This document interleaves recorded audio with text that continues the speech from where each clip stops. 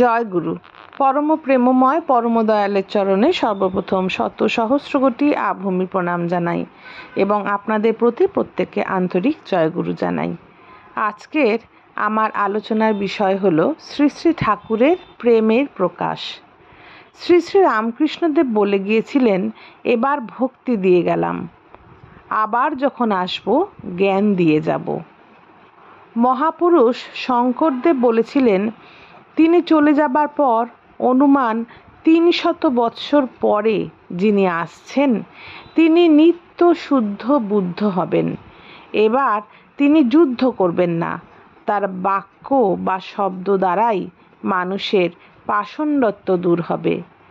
ভগবান বুদ্ধ বলে গিয়েছিলেন, আমি শেষ বুদ্ধ নই, উপযুক্ত সময়ে আরেকজন বুদ্ধের আবির্ভাব হবে, যে বুদ্ধ পবিত্রতার আধার এবং সর্বোচ্চ জ্ঞানে জ্ঞানী।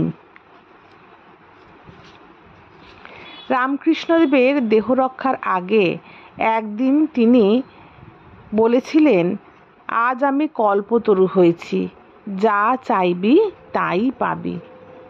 কাহারও সমাধি, কাহারও ব্রহ্মজ্ঞান, কাহারও ইষ্ট দর্শন হয়েছিল তার স্পর্শে।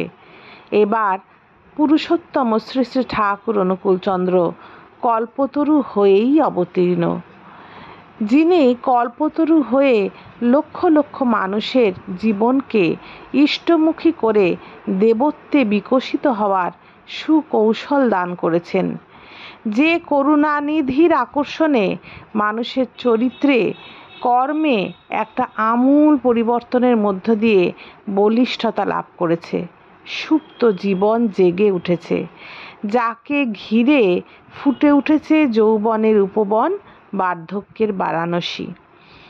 যিনি চির নবীন, চির জাগ্রত, চির প্রাণ সঞ্চারী, যার দর্শনে তীব্র শোক প্রশমিত হয়, এমনকি স্মরণে মননেও দুর্বল মন সবল হয়ে ওঠে। পরম প্রেমময় ভুবন ভোলানো রূপ, যে রূপের ঝলকে চতুর্দিক উদ্ভাসিত হয়ে ওঠে, সঞ্জীবিত হয়ে ওঠে, এমনকি শোক দুঃখ জ্বালা এক নিমেষেই দূরীভূত হয় এবং আনন্দের ধারা প্রবাহিত হয়ে শান্তি বর্ষিত হয়, মনে এনে দেয় এক অপূর্ব প্রেরণা ও শক্তি। কত শত শত মার পুত্রহারা জ্বালা, স্বামীহারা নারীর মনের দুর্বার জ্বালা, অশান্তি দূর হয়ে পরম শান্তি লাভ করেছে, তা বলে শেষ করা যাবে না।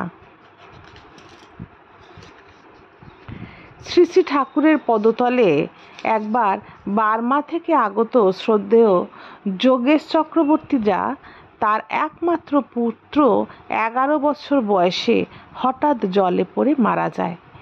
ছেলের মা পাগলিনী প্রায় হয়ে বিহ্বল হয়ে আকুলভাবে শ্রী শ্রী ঠাকুরের চরণ প্রান্তে কাঁদতে আরম্ভ করলেন। প্রেমের মূর্তি শ্রী শ্রী ঠাকুর প্রাণকারা কথায় সান্ত্বনা দিয়ে বললেন, কাঁদিস না, আমার দিকে তাকা।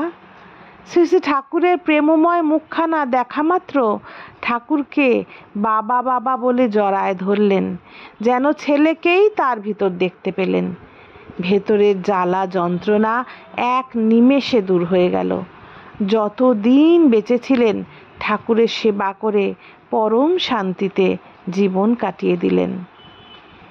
বর্মা থেকে আগত ইঞ্জিনিয়ার শ্রদ্ধেয় শ্রী রায় চৌধুরীর প্রথম সন্তান রিকেট রোগে আক্রান্ত হয়ে আশ্রমে আসে। ছেলের অবস্থা দিন দিন খারাপের দিকে যেতে থাকে। অনন্ত মহারাজ চিকিৎসা করছেন শ্রী শ্রী ঠাকুরের নির্দেশে, কিছুতেই ভালো হচ্ছে না। একদিন দয়ালের চারিধারে সেবিকারা বসে দয়ালকে প্রাণ ভরে দর্শন করছেন। হঠাৎ ঠাকুর সকলকে বললেন, আমাকে 1 লাখ টাকা দিতে পারিস? সকলে বলল, আমরা কোথা পাবো লাখ টাকা?